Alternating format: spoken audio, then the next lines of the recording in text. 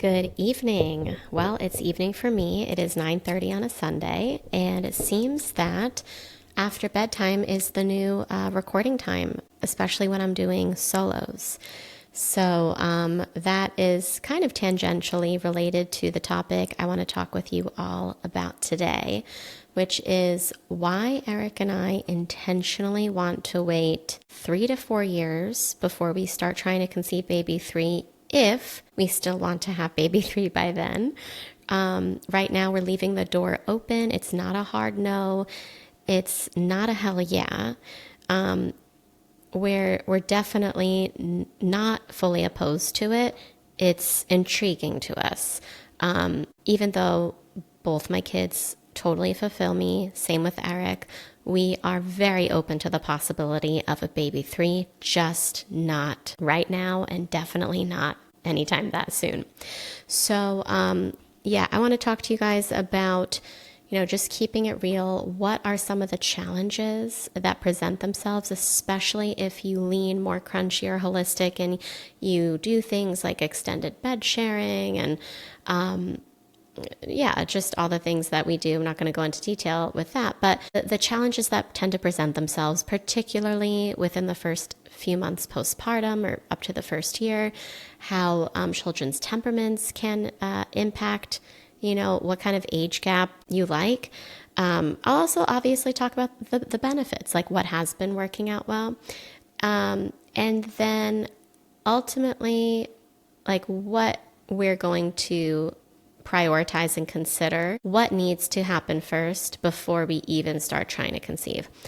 Obviously, I shouldn't have to make the disclaimer that, of course, we love our children very much. Like, just because I'm talking about objective challenges, or really subjective challenges that presented themselves, doesn't mean we have like regrets about this age gap. Or if I could go back in time, I'm not going to sit here and say, like, if I could go back in time, I would have a bigger age gap, because that has implications like, what if my daughter isn't the unique daughter that she is today, right? Like, if you start talking like that and changing time frames and circumstances. So, and I also want to give this disclaimer, like, and I know there's moms out there who are about, like, you're pregnant right now, you're about to have baby two, and you have the same age gap as I did, which is 26 months, so just over 2 years apart. Please do not fret. Like, the challenges I'm talking about really honestly presented themselves very early on, and there's probably some work I could have done ahead of time in order to work with these challenges a little bit better, instead of feeling like they just smacked me in the face and now I'm dealing with it in the throes of postpartum. So I just want to share this with you all to be prepared. Also, because it seems like, especially within the last few years, I don't know if it's within the rise of social media, there's definitely this trend, but also this tendency to have two under two or kids that are all spaced 2 years apart. No shame if this is your preference. You are intentionally trying to conceive kids so that they're 2 years apart. Truly, genuinely, no shame from me. I just happen to be a little bit weird in that I do think bigger age gaps are better.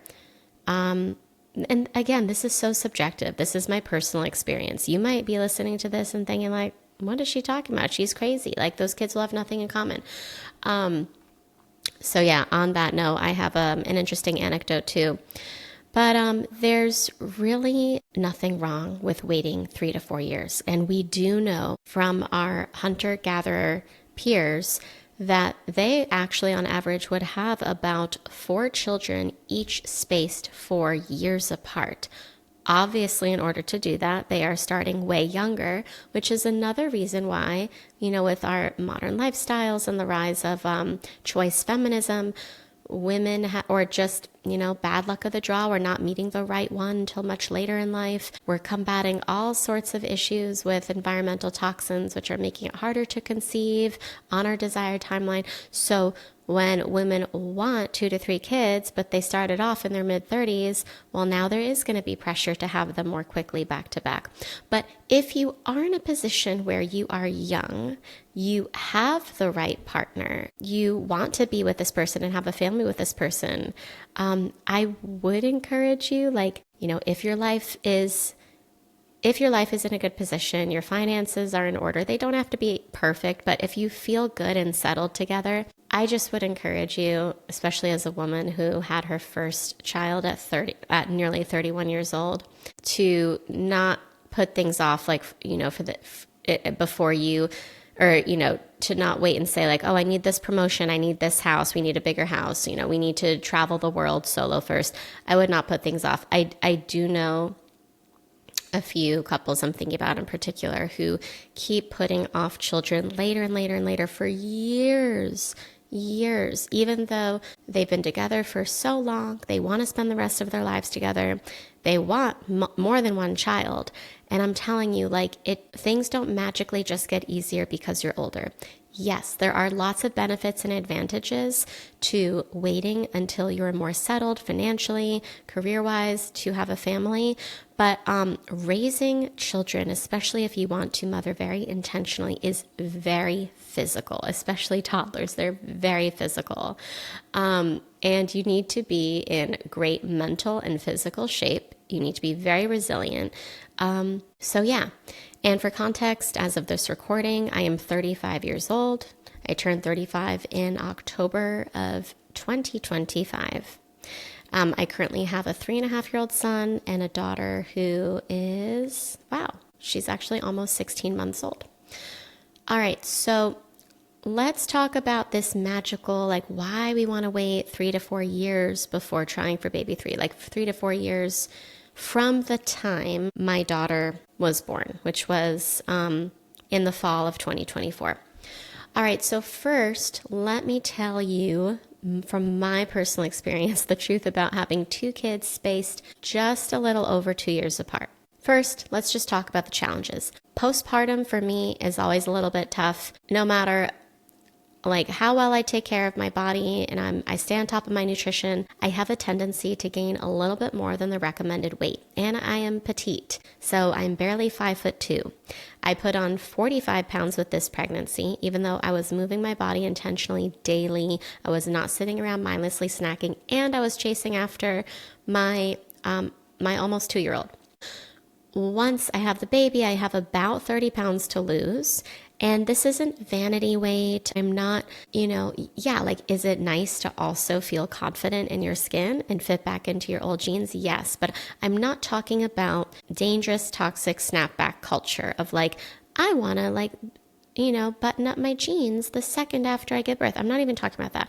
I'm just saying that there is truth to having more, capacity, especially when you're chasing after rambunctious, wild little toddler boys, to having more capacity and strength and confidence and stamina. These are all things you need when you're raising toddlers, and especially when you also have a newborn.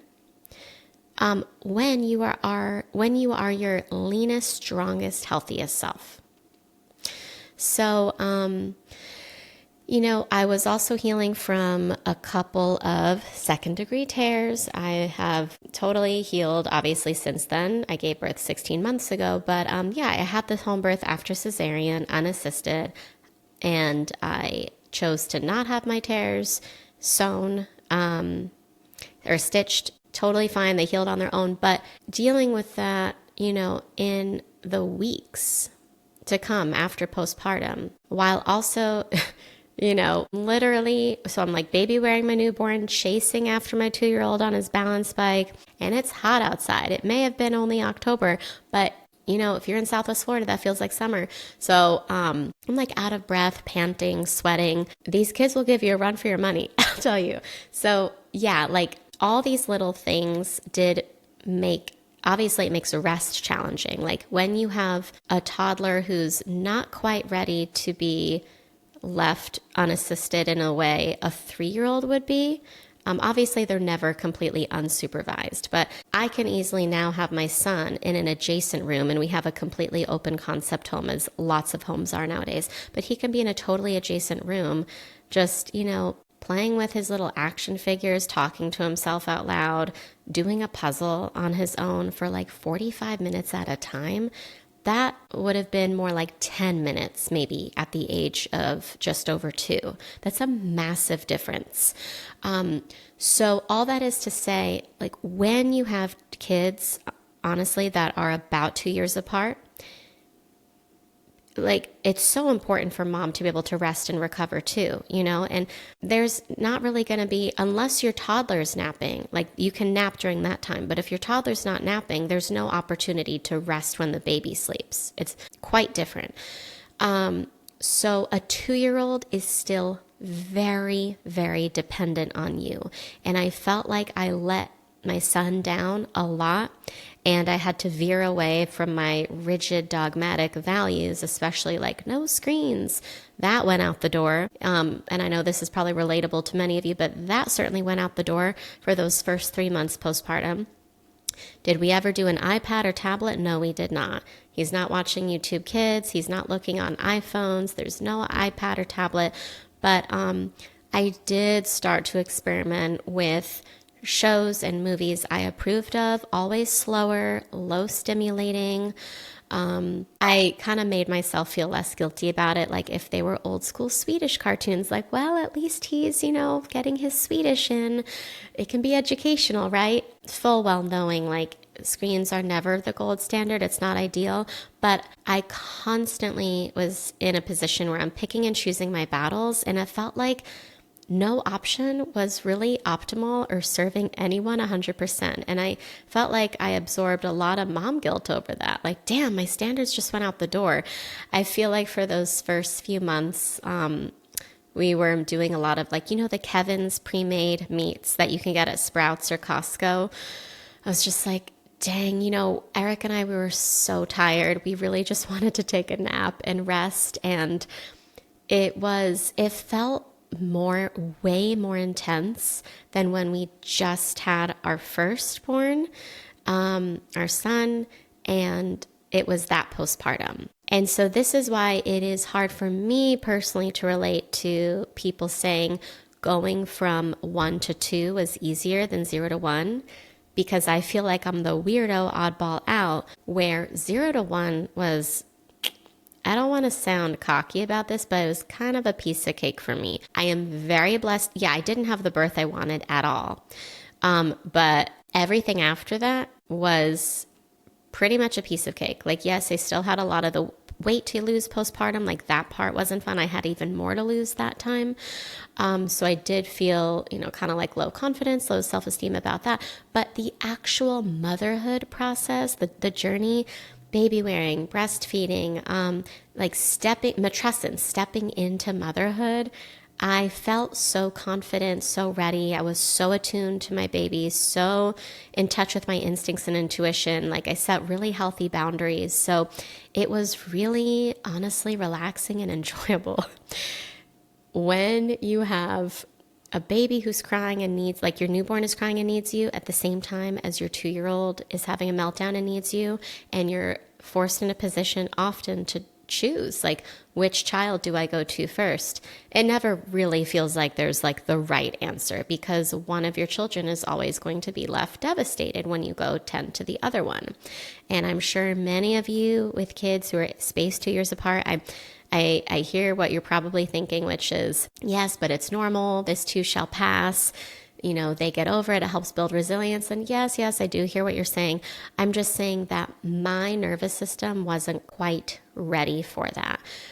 Now, after 16 months of juggling 2 kids, you see how with every single milestone and every season, there's something, like it is all temporary, which I tell myself. So anytime we're in a hard season, I just remind myself it is temporary. And, there is a stage that will pass, and then you're hit with a new challenge. It's not necessarily the challenge itself that's challenging.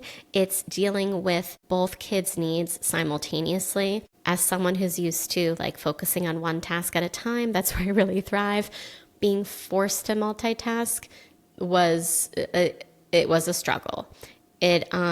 So yeah, like, okay, I just divide it into different stages. The first 3 months was chaos and like values went out the door. We took a lot of shortcuts, whether it's like shortcuts in the kitchen, shortcuts with the screens. Everything had to be a shortcut, just like to keep our heads above water, to not feel like we're running on total adrenaline, just like to survive.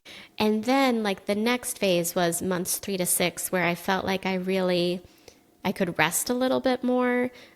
I felt like I was getting my confidence back, my self-esteem, not my self-esteem, my confidence, and then I think the first really fun milestone as a mom was like once my daughter started crawling at 6 months old, that's when I first started to notice there was more of this relational dynamic between my son and daughter, where he's like, hey, this is fun. This is interesting. Like, she's not just sitting there anymore. She's able to crawl. So that was really cool and exciting. But going back to like the main theme of this episode, this goes out to all the holistic moms. And this is like a theme that we've talked about with a lot of nuance and a lot of depth in the Moms Off the Record private community.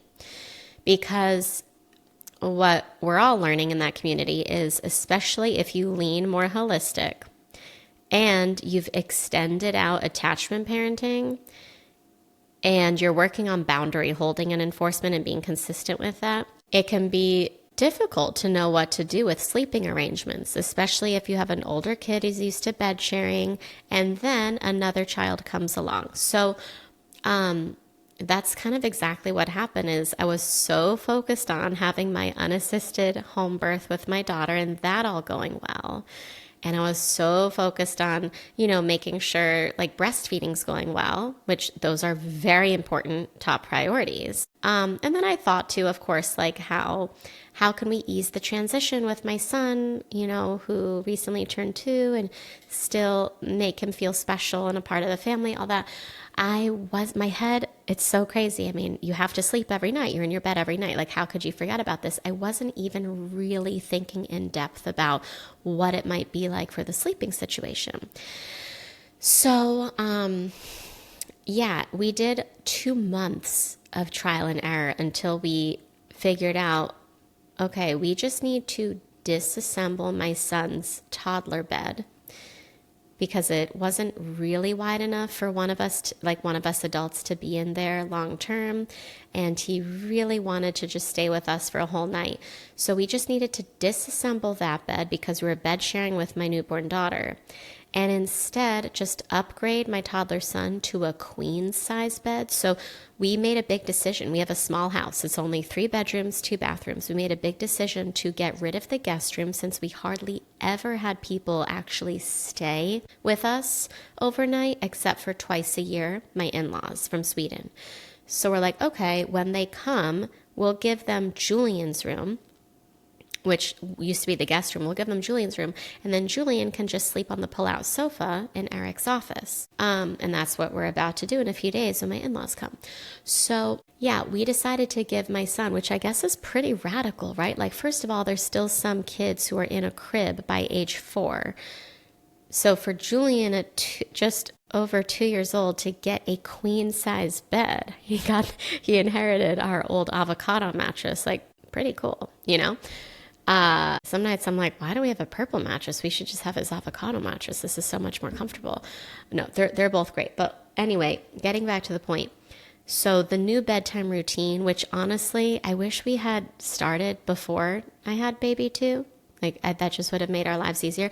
The new bedtime routine became like, Eric just took over the bedtime routine completely, and it would be reading stories, and then Julian would fall asleep eventually to the stories. So, yeah, dealing with the trial and error and the back and forth literally between bedrooms, figuring out like which bed is he on? Is he even going to be in our room? Like, is he going to be in our room on the toddler bed? That wasn't working out. Just don't want to deal with that again. The back and forth and like that long dragged out transition of a big milestone.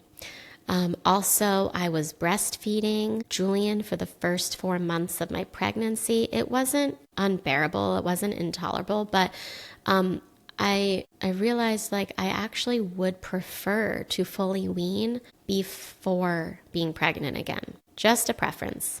Because yeah, weaning a toddler when you're already tired and pregnant, like particularly night weaning, because he was down to it was one feeding session per day, and it was the last one before bed. Or no, sorry, two, because there's also one overnight. Doing that while pregnant, not fun. Not fun. So it's never really fun to wean, right? And I like to wait until my kids are as close to 2 years old as possible, at least, before I fully wean. I don't want to be pregnant and dealing with that. Being pregnant is enough. Let's see what else I made in my list here. So yeah, now benefits. Fast forward after all the chaos and the craziness of like the high intensity, like, and everything that's going on with my nervous system, those first few months postpartum, really, if I'm to be honest, that first year, it was just a big learning curve for me, a big learning curve. And a lot of saying no to things, just a lot of consistent boundary enforcement. It's all beautiful. Like it all ends up working out. And I love them so much. And I love seeing their bond together. And there's no denying that, like, yeah, it really is like, what is your capacity, And that it really, I felt like every day maxed out my capacity. And you're trying to put your best foot forward, right? You're trying to give your all and be your best. And you still have to balance like what you're going to do for yourself and like the dynamic in your marriage, It doesn't leave a whole lot of room elsewhere. And it requires a ton of discipline and self-responsibility. So if they are closer together, there's a higher likelihood that they can be in the same activities together. They may have a coinciding nap, which is convenient. You don't have to keep baby gear in storage for too long, and it is pretty easy and convenient to reuse hand-me-downs. And obviously, yeah, they do have that really sweet friendship bond, but I do want to just talk about that too. There's like a myth that happened. I don't know if it's on social media or what, that if your kids are more than 2 years apart, they somehow won't be friends or like they won't be as close. First of all, I know plenty of people who are not friends or close at all, or maybe don't even talk to their siblings who are a couple years apart. And then second of all, my mom's a great example. So she had two older brothers. One of them 6 years older. One of them was 10 years older. He passed away. But so imagine like she was 10, he was 20. So only for about half of her childhood was her eldest brother, the one that she was closest to, living in the home with them. But she, ironically, was actually way closer to him than she was her middle brother, who was 6 years older. And those are like all large age gaps, And I was like, but how can that be? Like, he's 10 years older. She's like, I don't know. It just was. Like, we just had a lot of mutual respect for each other. He was always teaching me new things and showing me new things. Like, he was really into music and yoga, and he would take her to concerts, in New York City where they grew up. And so she really looked up to him, and they were really close. That's a 10-year age gap, you guys. We're not even talking 3 to 4 years. So, and honestly, like we're thinking so myopically, like, oh my gosh, my 3-year-old and my 7-year-old won't be friends because they're too far apart in age. You got to think big picture. What is the long-term vision?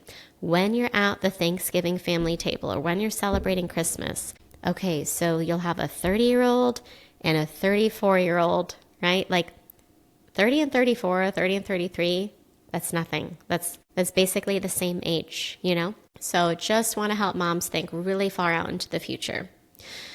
I also think that moms are afraid that if they wait to have bigger age gaps, there's automatically a higher risk or likelihood that they're going to have babies with congenital abnormalities, or there's going to be issues in the pregnancy. Again, this is so nuanced. You really have to think big picture. I like to group it in buckets. So there's a big difference between, let's say, 35 to 39 and 40 to 44 versus, 45 to 50, for example. Like a 39-year-old pregnancy is not going to be the same as a 49-year-old pregnancy. Again, I really don't want to scare anyone. I don't want to make anyone feel bad about either their choice to have kids close together, which if that is your choice to, nothing I say should make you feel bad. But if you're like scared about it now or nervous or on the fence, just remember that everyone's experience is wildly different. And just to be fair, for contrast, I want to share the experience of one of my dear friends who is she's across the pond in the UK. And she and her husband try to conceive just under a year postpartum with each child. So her two boys are about a year and a half apart, which to me, I can't fathom for my nervous system and like my mom overwhelm, but she genuinely is thriving. Like they love it. And I love that for them. And she takes very serious care of her health and nutrition. Everything is made from scratch. Lots of heme iron from quality sources of red meat. She's able to get a lot of rest. Her boys go down easily without a fight. And, they're sleeping through the night from a young age, and she doesn't do cried out sleep training, whatever. So, they have that worked out for their family, and she's expecting her third. So the third will also be well under 2 years apart from the second. That works for them.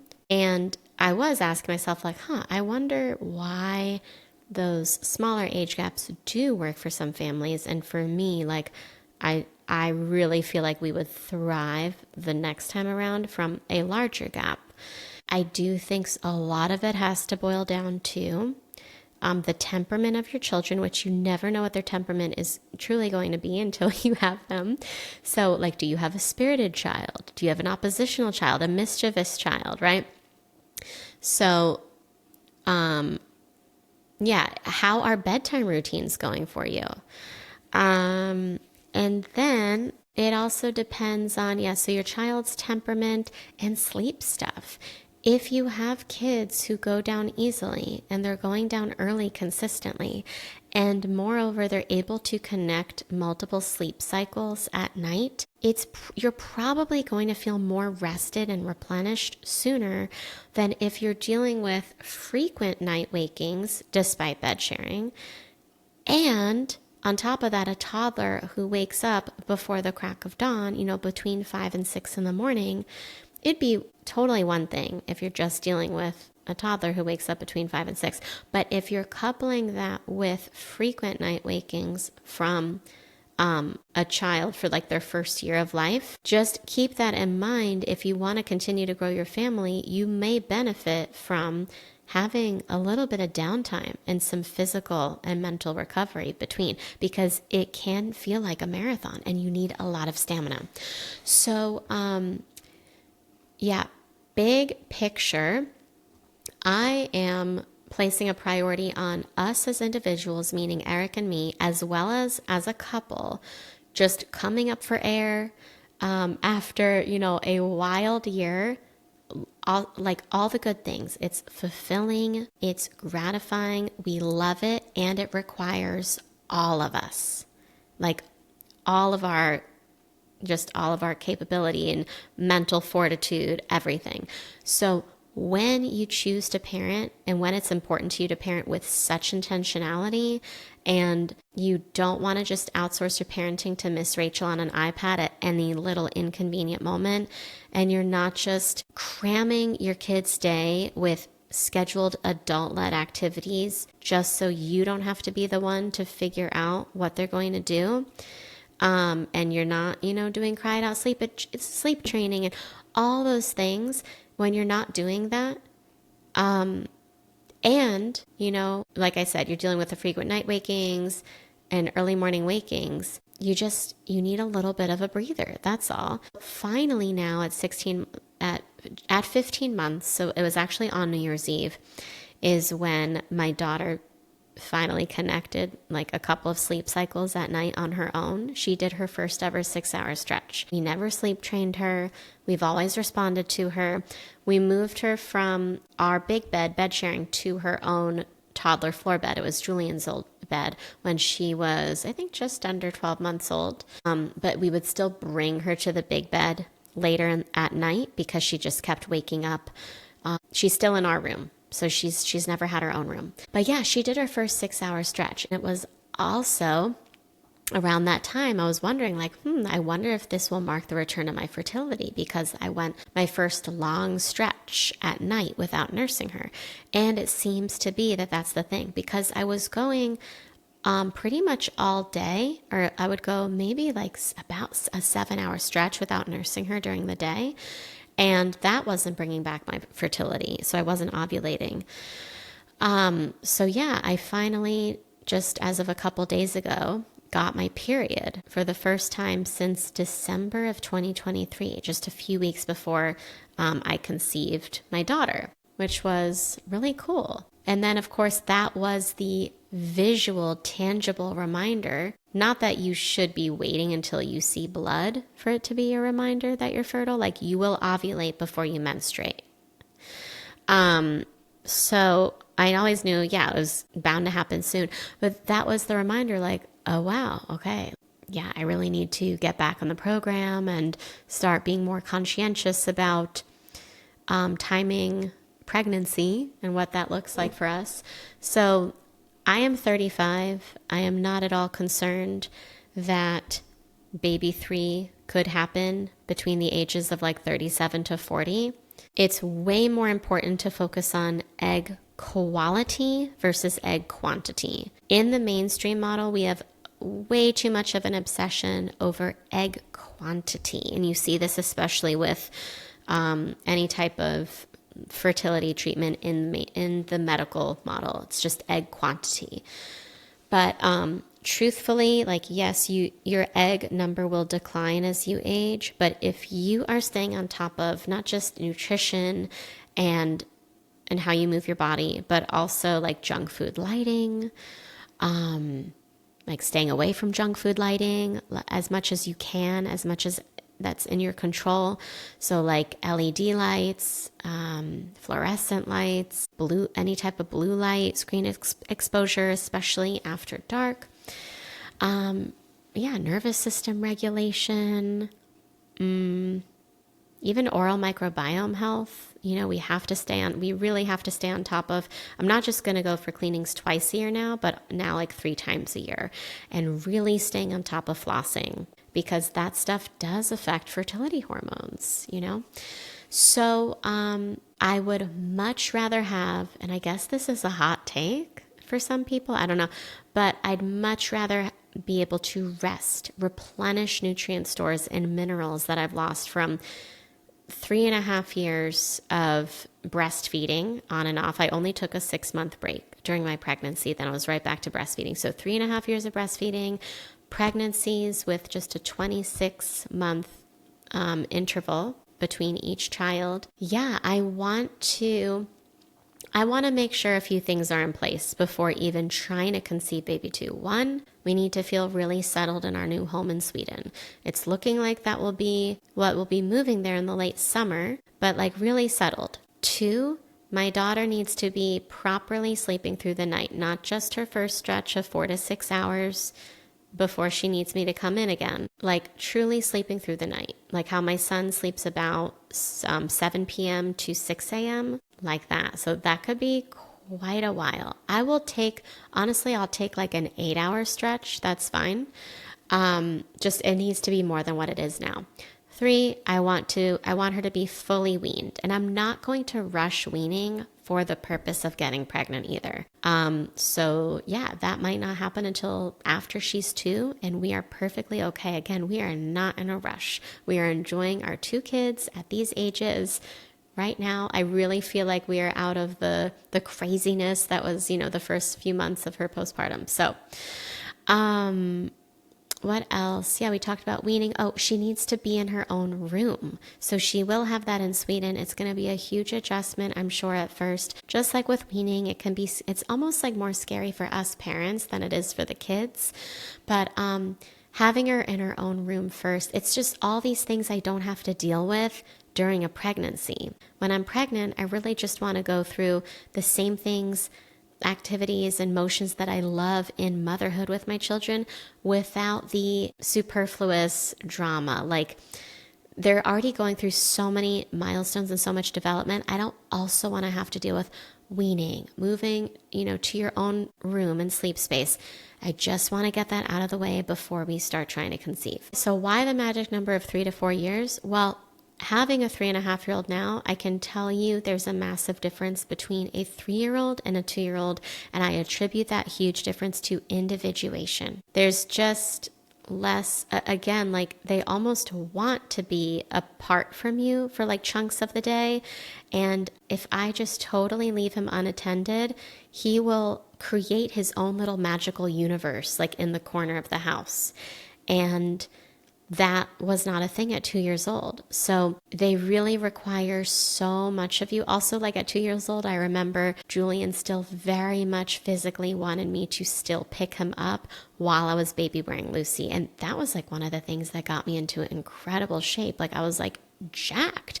I mean, after I lost that baby weight initially, I was jacked without even really, like, yes, I did also work virtually with my trainer from CrossFit in Austin, Texas, who helped me get back in shape with Julian. But that was intermittently for a couple of months. And yeah, that did work wonders too. But then how did I maintain that and build off of that initial success? Just there's lots of bending and squatting, lifting, but yeah, a 2-year-old will still probably very much expect you to and demand that you pick them up. And yeah, we worked on boundaries and that eased itself over time. It's fine. But as a 3-year-old, he definitely doesn't need me to pick him up all the time. He's totally content kind of just speeding off on his bike. Honestly, I'm the one who has to be like, hey, slow down. I can't see you. Yeah, I do feel like I was often at odds with my own parenting values and the expectations I placed on myself and certain ideals I wanted to embody versus the reality of our situation, which was two very needy, you can call a 2-year-old a baby, babies, but one who was physically very needy, and acutely needed me as a newborn. And she like lived in that carrier and like nursed in that carrier basically for the first 3 months. And that was fine. But then, once she didn't really want to be in the carrier anymore, and especially when she's more mobile, it's a whole new ball game. So, yeah. I commend you moms, you twin moms, triplet moms, quadruplet moms. I commend you single moms. Whew. It's a lot. So yeah, that is why I guess I'll be in my late 30s. And I would like despite everything I've said, I want a third because despite the chaos, the mess, becoming a new version of yourself with every child, like the beautiful moments are they're beyond words. And despite all the hecticness, we really have a better routine and a better groove now. There's just some things I wish I had done differently before, baby 2 came along. I'm learning as I go.